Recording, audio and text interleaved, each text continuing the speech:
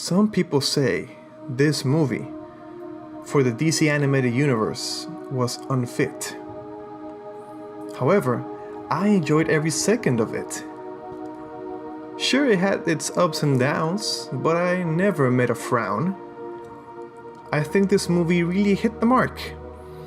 This is my review for Justice League Dark.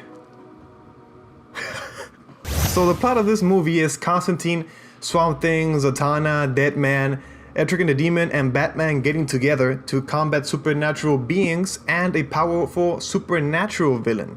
The visual effects, or the magic effects, were really phenomenal. Well done.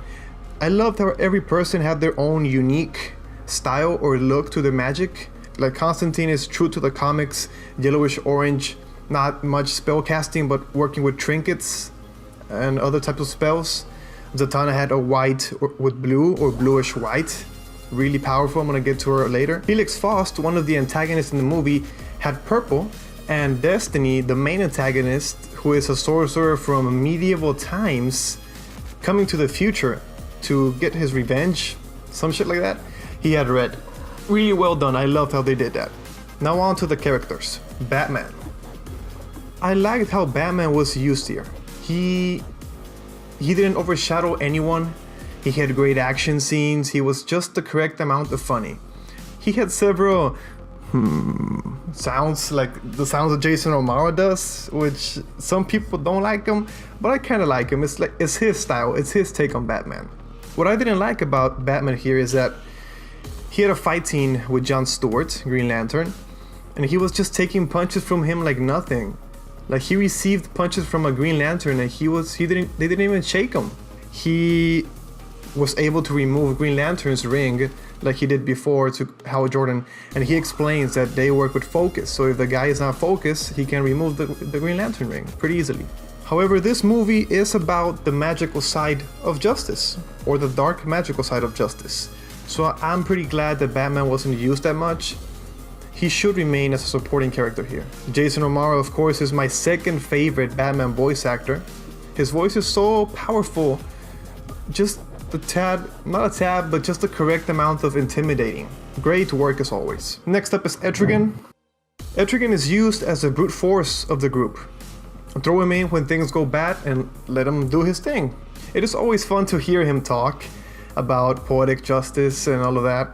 Unfortunately, Jason Blood gets separated from Etrigan and dies. It was one of the emotional scenes for me. The second one being Etrigan saying goodbye to Jason Blood on his grave with his last poem. So beautiful, and it has a scary, creepy side to it because, you know, he is a fire-breathing demon. Next up is Deadman. Deadman was just annoying for me. He had one joke where I chuckled a little bit, and that's it. However, he was imperative at defeating Destiny. He possessed his body and got him to a vulnerable state where they could actually defeat him. That's it for Deadman, no more comments about him. Next up is Swamp Thing. They made Swamp Thing look really powerful, which he is, but really powerful to the amount of work he did in this movie. He showed up to the fight.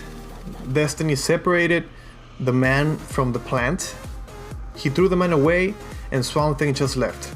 That's it. However, the ending of that scene, the ending of Swamp Thing, was a tiny nod to his Alan Moore comic run. If you're not familiar with Alan Moore and what he did with Swamp Thing, go Google him, just put Alan Moore Swamp Thing. It was really cool. Even though the performance wasn't that great, I do wish to see more of him in this animated universe because he is really powerful and I think we haven't even grasped half of the potential of the character. Next up is Constantine. Matt Ryan is Constantine for me. He doesn't do much spellcasting, like I said, but sticks to magical objects and trinkets, really faithful to the comics. Constantine was bold, clever, a bit heartless, but always ends up doing the right thing. Even though the performance from Matt Ryan was great and Constantine is the group's leader, it was Zatanna who shined in this movie by far. The Mistress of Magic. She was crazy good. They really developed the character quite a bit in just this short movie. She went from working as a magician, having her own show, doing magic tricks for people, and, you know, working in the entertainment business, to accepting the Justice League membership offer and using her powers to help people, make a difference. She also had the best fight scene in the movie with Felix Faust. Really beautifully animated magic. She went full Avatar mode and almost killed the guy. Now that people know how powerful she is, and she accepted the Justice League membership, I have no doubt that we will see her shine in the upcoming movies. Now for the negatives. One being the plot. I was like, okay, whatever, mediocre at best, but it entertained me. Not a big deal. The second one, there was a third monster. A monster made of excrement. I don't know what to say. The excrement was possessed and was chasing Batman and Deadman in the hospital. I was just like, what the fuck?